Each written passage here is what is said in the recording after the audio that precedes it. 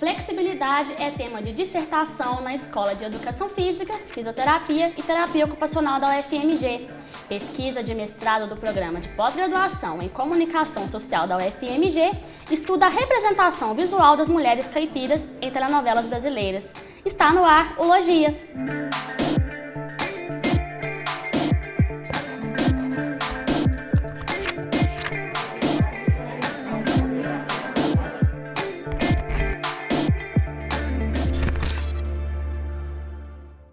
Seja bem-vindo ao programa Logia.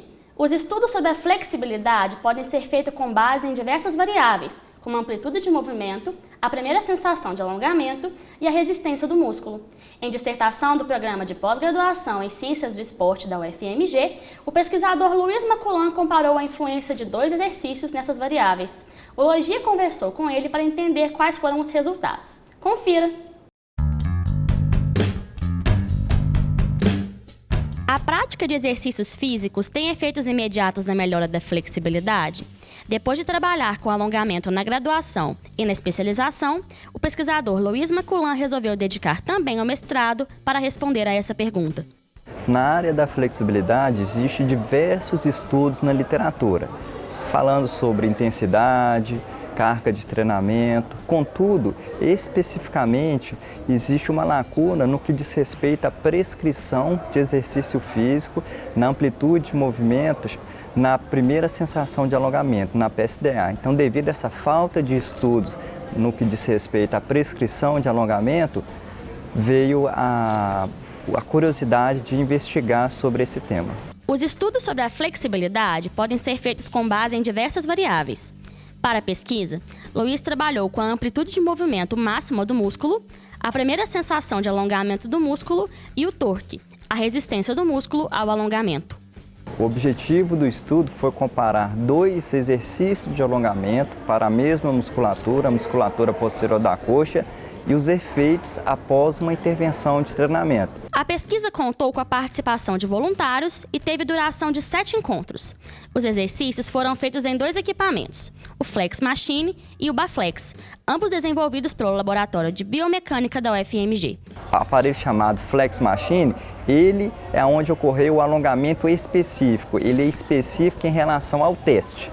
E o aparelho Baflex é o alongamento não específico, ele é não específico em relação ao teste e ambos mensuram a flexibilidade da musculatura posterior da coxa. O aparelho Flex Machine, ele consiste em um aparelho isocinético que mensura a flexibilidade da musculatura posterior da coxa. Então esse voluntário foi posicionado sentado e fixado por meio de 3 cintas de velcro. Após esse voluntário ser posicionado sentado, ele realiza uma extensão de joelho até a amplitude tolerada por ele. Já o aparelho Baflex, o banco para flexibilidade, o indivíduo é posicionado também sentado, com o membro testado em completa extensão de joelho e o movimento agora é a flexão da articulação do quadril até a amplitude tolerada por esse indivíduo.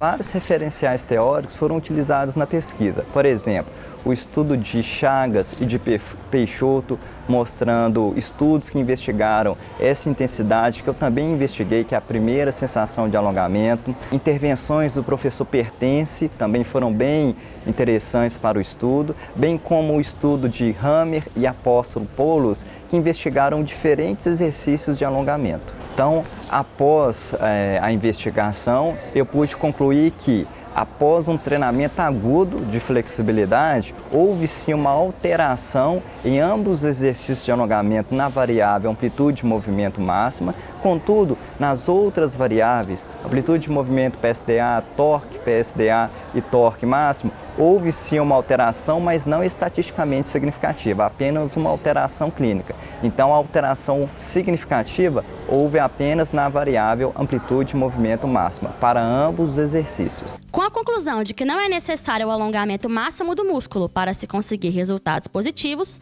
Luiz espera que a sua pesquisa contribua na literatura para próximos estudos, também na área da flexibilidade. A minha pesquisa ela vem contribuir no que diz respeito à prescrição de exercício.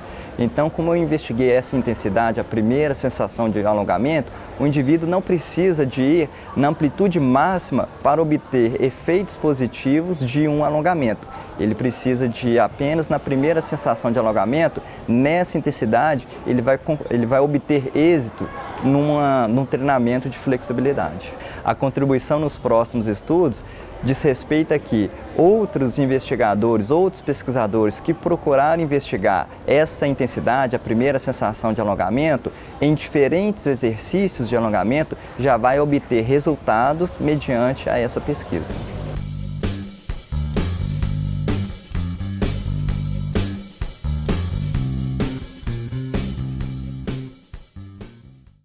Estudos na área da comunicação destacam a importância das imagens nas culturas populares.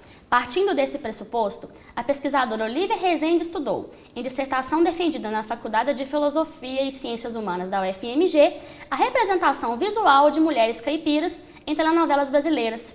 Obrigada pela presença e seja bem-vinda ao Logia, Olívia. Eu que agradeço. Para começar, eu gostaria de perguntar de onde veio o seu interesse por estudar a representação visual de mulheres caipiras em telenovelas brasileiras? Então, Júlio, o interesse inicial partiu do fato de eu ter sido criada no interior de Minas, na zona rural, num povoado que se chama Batatal, um povoado da cidade de Carmópolis de Minas. Meus pais foram criados também em povoados, meu pai nasceu e cresceu, sempre morou no Batatal, e minha mãe em outro povoado, que é o Japão Grande, zona rural da cidade. E aí a gente se mudou para a cidade para eu poder estudar, depois eu vim para Belo Horizonte, mas eu fui criada com aqueles valores conservadores daquele meio, né? E ao me mudar para cá, estudar, passar a trabalhar aqui em Belo Horizonte, rolou um choque de valores. E eu me senti confusa, uma crise de identidade, e senti necessidade de pesquisar um pouco mais sobre a história, a minha história, e que eu percebi que era a história de mulheres caipiras, porque até então não percebia, não me enxergava como uma mulher caipira, mas buscando entender um pouco mais sobre mim, eu percebi então que eu precisaria estudar um pouco mais sobre mulheres caipiras. E nessa busca que eu fiz, fui atrás de pesquisas em relação a esse tema, eu percebi que havia pesquisas, sim, sobre caipiras, mas todos com foco no homem. A maioria dos estudos que eu encontrei com foco no homem caipira, na vida do homem caipira, na história do homem caipira. E aí eu me senti assim desafiada a tentar também contribuir para esses estudos. Como eu sou jornalista, formei aqui na UFMG em Comunicação Social, pensei como eu poderia contribuir para esses estudos e percebi que há muitos estudos sobre representação do homem caipira, do Mazzaropi no cinema, do Jeca Tatu, a própria figura do Chico Bento. E na novela também encontrei alguns estudos sobre o homem caipira e não encontrei sobre mulheres caipiras. E aí eu falei, tá aí uma oportunidade então de eu estudar um pouco sobre mim e também ajudar de alguma forma, né, a melhorar, desenvolver esse tipo de estudo sobre mulheres caipiras. E qual foi o seu objetivo com essa pesquisa? Bom, eu escolhi porque assim, a telenovela ela explora o tema rural em diferentes gêneros, né? A gente tem, por exemplo, a Rede Globo, que é a que produz com maior destaque, assim, ficção televisiva. A gente tem diferentes subgêneros, novela das 6, novela das 7, novela das 9 agora, né? Novela das 11, das 10. E aí a gente tem, então, esse tema ele explorado em diferentes subgêneros. Só que eu percebi que na novela das 6, esse tema é fortemente explorado. Principalmente com uma abordagem mais histórica. E aí busquei nas novelas do Valci Carrasco, que eu percebi que era um autor que focava mais nesse tipo de abordagem, novelas que tratavam especificamente da cultura caipira, que eles nomeavam assim, eles nomeavam os personagens como caipiras. Então eu encontrei Chocolate com Pimenta, uma novela de 2003, Alma Gêmea, 2005, e Eta Mundo Bom, que foi a última agora em 2016, que tratam esse tema rural. Como eu queria estudar as mulheres caipiras, então eu peguei uma personagem de cada uma dessas novelas. Peguei a Márcia, de Chocolate com Pimenta, Mirna, de Alma Gêmea, e Mafalda, de Eta Mundo Bom. Então as três passaram a ser assim, as protagonistas desse estudo que eu fiz. E de que maneira você fez esse estudo? Como é que foi a metodologia? Bom, isso é um desafio para pesquisadores de televisão, né? Porque cada uma dessas novelas teve em média 200 capítulos. Foram novelas de altíssima audiência, assim, que marcaram mesmo o gênero, o subgênero das 6.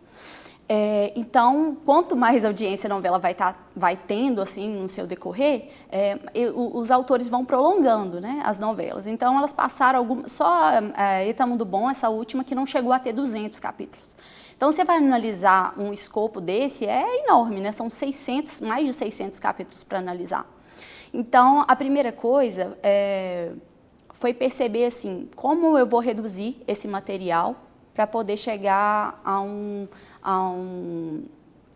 escopo interessante, que dê para fazer análises, né, sobre essas mulheres. Então, eu parti de uma autora que chama Christian Thompson, que ela fala que a gente pode seguir os eventos narrativos da novela para separar os eixos temáticos principais que orientam a trajetória daqueles personagens.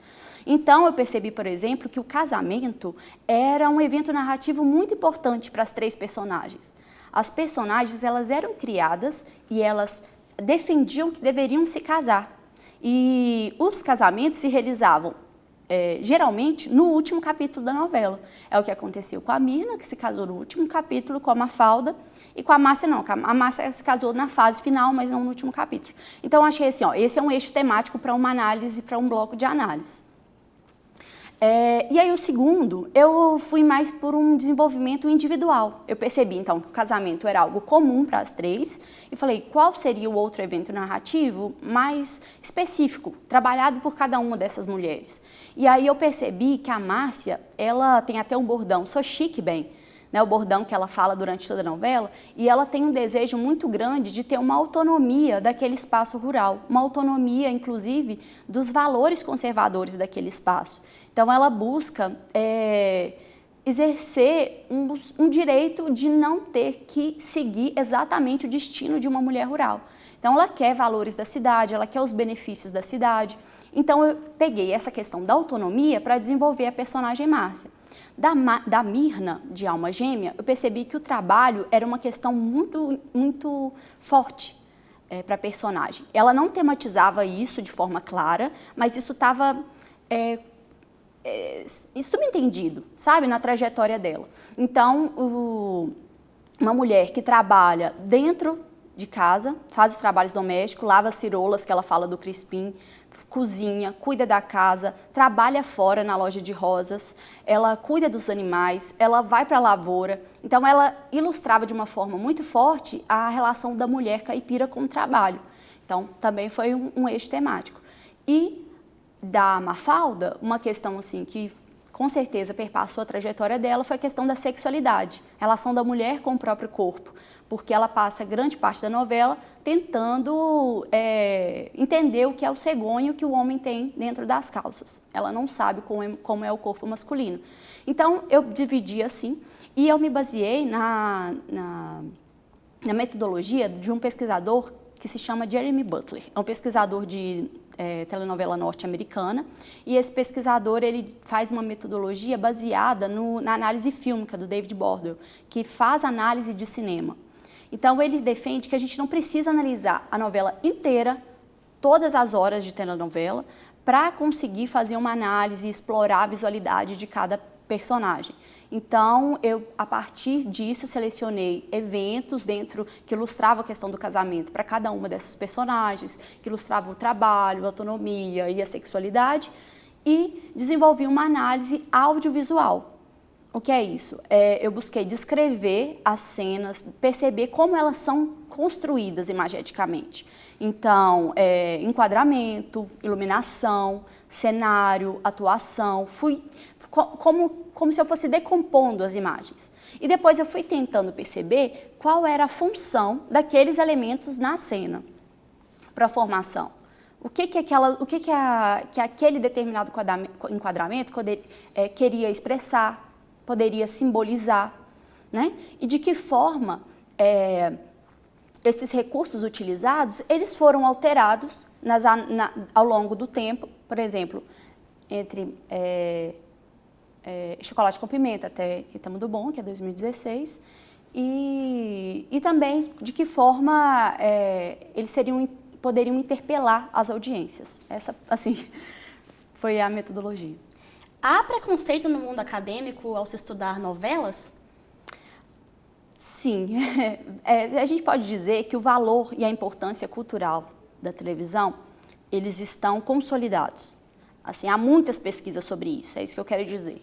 Mas esse tipo de análise que eu fiz, que é uma análise audiovisual, ela sofre ainda muitas críticas, porque pesquisadores não reconhecem a televisão, a imagem da televisão, como algo a ser estudado. Isso tem sido mudado um pouco agora, porque cada vez mais diretores de fotografia vão para a televisão, cada vez mais se investe na imagem televisiva, mas a imagem televisiva, de uma forma geral, sempre foi considerada uma imagem vulgar, de mau gosto, sem profundidade, né? Mas, inclusive, minha orientadora, que é do Concult, né, onde eu fiz o trabalho, não posso deixar de dizer isso, que é o Grupo de Comunicação, Cultura e Televisualidades, ela costuma dizer, que é a Simone Rocha, ela costuma dizer que os próprios pesquisadores de televisão têm um certo preconceito em relação à televisão quando falam que hoje a televisão, compara a televisão ao cinema, a imagem da televisão ao cinema, como se antes a imagem da televisão realmente não precisasse ser estudada. Só que quando você faz esse tipo de comparação, você ignora toda a história da televisão, uma história própria que a televisão tem, e você ignora os usos e apropriações. Porque a telenovela, a televisão, ela é um meio muito complexo. Ela tem diferentes formatos, diferentes produtos, cada um com um estilo próprio.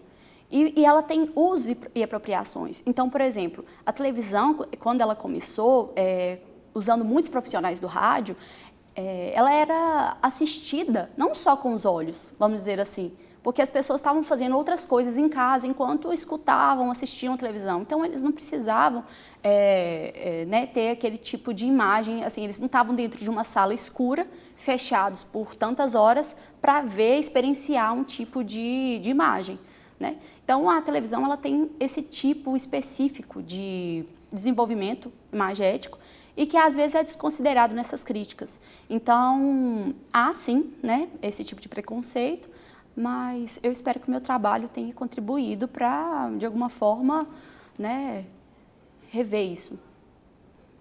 Olivia, então, para a gente finalizar, eu gostaria que você me respondesse de que maneira o estudo das imagens em telenovelas ele pode ajudar os pesquisadores a entenderem a nossa sociedade. Bom, Júlia, a telenovela ela é muito importante para as pessoas. O nível de audiência, tem um pesquisador, que é o Martim Barbero, que ele é central no nosso estudo, que ele fala que o nível de audiência das novelas é insuficiente para expressar a importância da telenovela para as culturas populares. A nossa relação com a imagem, ela vem desde a colonização. Porque tem um pesquisador também, C.G. Gruzinski, que ele fala assim, que os colonizadores chegaram aqui e eles começaram a negociar com os índios e de alguma forma, catolicizar os índios através das imagens. E numa cultura, numa sociedade em que a educação ela não é tão difundida, educação formal, a imagem ela é um instrumento de educação, sabe? Então, a telenovela, e ao longo do tempo, isso, né, essa relação com as imagens que começou desde a formação histórica do continente, ela atravessou e perpassa as imagens da telenovela. Então, de alguma forma, a telenovela é a expressão das culturas populares. Ali é um meio poroso, né? Nosso pesquisador aqui da comunicação, Vera França, usa esse termo, poroso. Por quê? Porque está constantemente em diálogo. Né? A novela trabalha temas muito importantes, coloca pautas para as famílias, trabalha de forma didática temas que às vezes passa no telejornal com uma outra linguagem pouco acessível e na telenovela aquilo é trabalhado, desenvolvido, as pessoas veem o desdobramento daqueles temas, né? Então, assim, a telenovela é com certeza um patrimônio nosso. Olivia, infelizmente nosso tempo acabou. Gostaria de agradecer novamente por ter aceito o nosso convite. Muito parabéns pelo seu trabalho. Eu que agradeço. A Ufologia desse mês acaba aqui. Encontro vocês numa próxima edição.